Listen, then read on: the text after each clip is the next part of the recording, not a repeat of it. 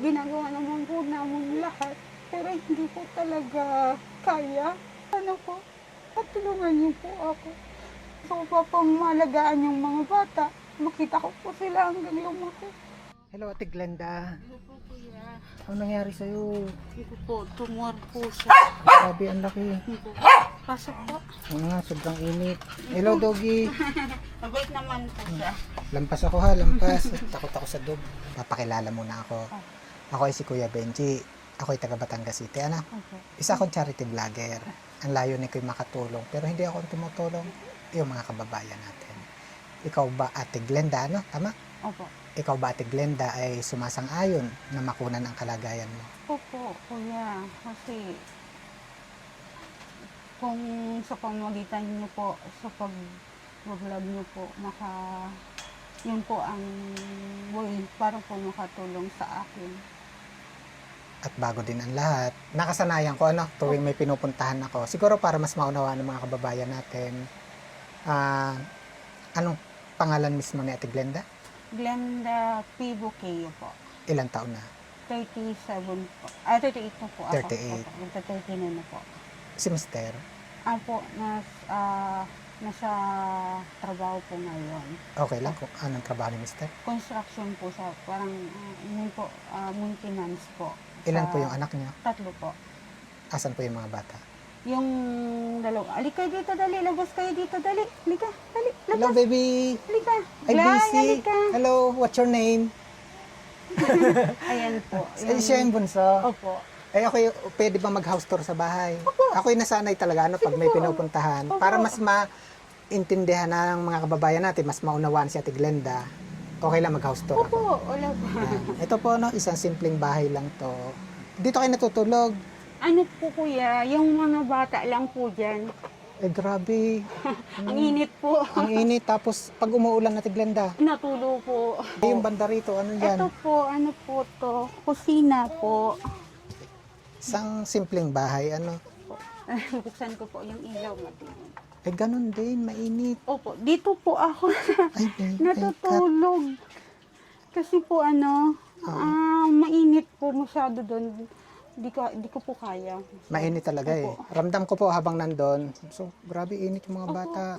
Ang init, tapos ang baba po kasi ng bubong. So, mainit to, pag tag-init, natulo naman. Pag umulan po, ulan din po siya. Oo nga. Ay, grabe, Opo. Ate Glenda. Isang simpleng bahay ni Ate Glenda. Ilang anak niyo? 3? 3 po. Huwag mo nang dadagdagan ha. Ay, hindi.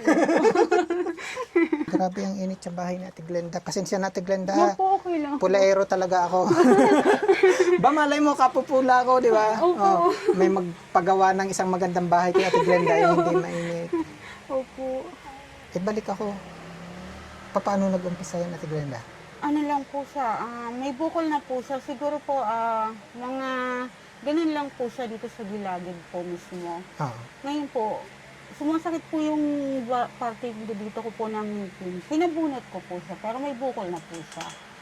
Sabi po ng doktor, nagalaw daw po yung ugat niya, kaya po siya, parang umaktib po yung pagiging niya. Gaano katagal ng ganyan? 8 years na po. 8 years? Kuya. Opo. Hindi nga. Opo, Ulitin ko yung tanong ko.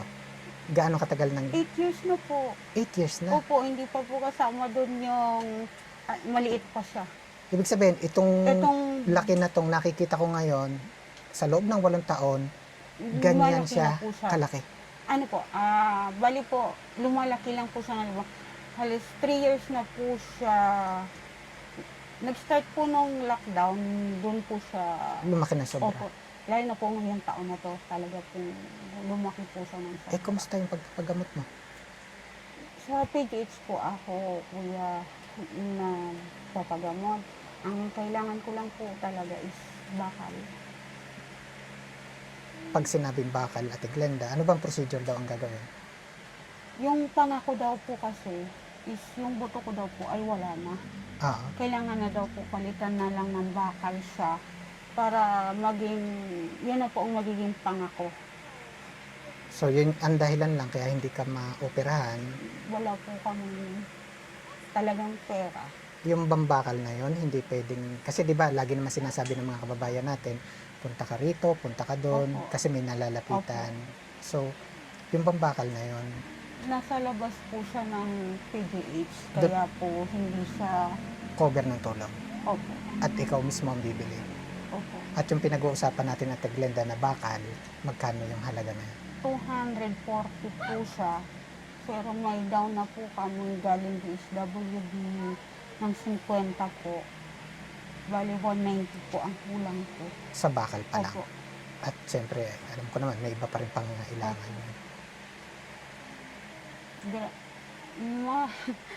Mahirap po kasi wala po kaming ganong kalahing pera. Kahit kanina na nga lang po ako lumalapit para po makahingi talaga ako ng tulong po para sa bakal ko, makabili kami ng bakal ko. Kasi kuya,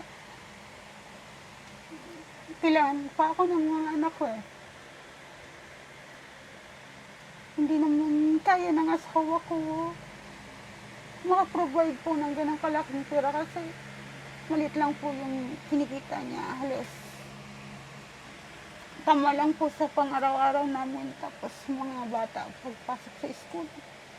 Ginagawa naman po namin lahat, pero hindi po talaga kaya.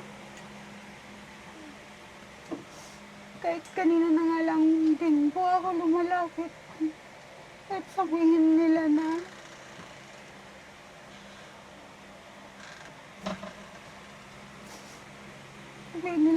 parang ang hirap ng buhay, tapos lalapit pa. Pero po, sana po, matulungan niyo po ako. Gusto ko pa po madagdagan yung buhay ko. Gusto ko pa pong malagaan yung mga bata. Makita ko po sila hanggang lumaki.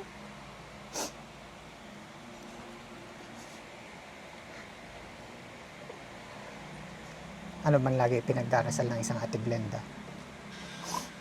Ako, galingan po ako na po ako dati. Hindi po ako ikaw pong dinarasal na sana po merong dumating na bless po para maging way na po para pagpa-opera po ako. So, pray tayo ha. Sana maging daan yung pagbisita kong ito para maoperahan ka na ng tuluyan. So, magkano nga yung kulang? 190 po. 190,000. So, kung may 190,000 ka, Mabibili ko na po yung bakal. yung bakal na kailangan para maoperahan. Opo. Continue praying ha. Kasi tulad na like ko sinasabi, hindi naman talaga ako yung tumutulong. It is God sa pamamagitan ng mga kababayan natin. Pero pansamantala, kasi malayo ang Laguna, yung 190,000, tama? Opo. Pansamantala, yung 190,000 na kulang, babawasan natin para konti na lang. Hindi nga po. Totoo po. Ate Glenda, buka yung kamay. Wait po ako. Okay ka lang. Hindi ko po alam. Na ano po ako. Okay ka lang. Sana itong hawak ko ngayon, umpisa ng tulong para sa inyo. Ay, huli ka. Oh. Babawasan natin yung kulang na 190,000. So, ito na. Ito ay galing sa isa nating kababayan. Bagamat ayaw na magpakilala, pinaabot para sa iyo. Ito na. 1, 2, 3, 4, 5,000 Ate Glenda.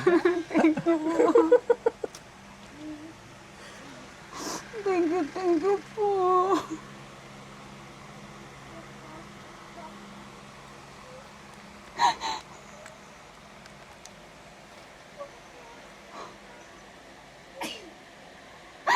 Sobrang salamat, kuya.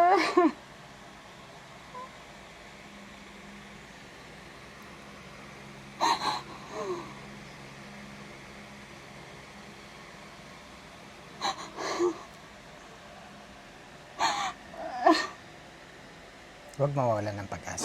Sabi mo nga para sa mga anak mo. So, ipagdasal natin itong hawak mo ngayon.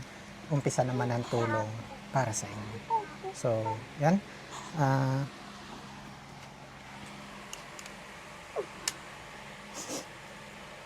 Sobrang salamat, kuya. Hindi po ako makapaniwala. Ang layo. Batangas to Laguna. Sinadya niyo po talaga ako. Grabe po. Ano po kayo ni God? Sobra po. ibig sabihin na, Ate Glenda, mahal ka ni God. Naririnig yung dasal mo. Kaya mananawagan tayo sa ating mga kababayan. No? Yun, sa mga kababayan, no? Para makaipon po kami ng 109. 190,000. Sana, eto naman, like ko naman sinasabi sa lahat, wala akong ipinapangako na kahit ano, no? Pero susubok po muli ako, yan, para po makalikom ng 190,000, bawasan ng 5,000. 185 na lang. So, para po kami makaipon ng pampaopera ni Ate Glenda, muli naglalambing ako sa mga nais po magpaabot ng tulong for Ate Glenda. Kung kayo gagamit ng akin pong account, huwag niyo pong kalimutan na isang maiksing message for Ate Glenda. Yun po ay para alam ko na yun po ay para sa kanila. So, continue praying, Ate Glenda. Thank you, Chito.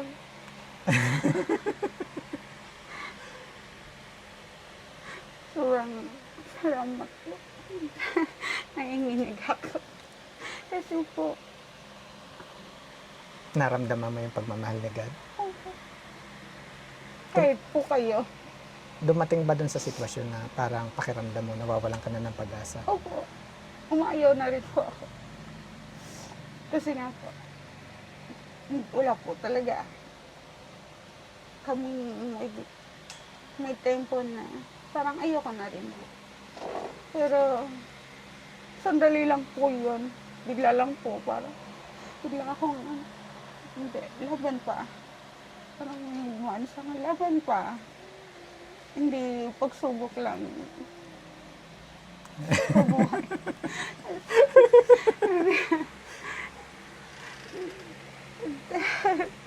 Nanonood lang ako sa ito. Pero, Ngayon, ikaw na ang mapapanood. sobra. Sobra po. Thank you kay Pagkat. Thank you sa inyo.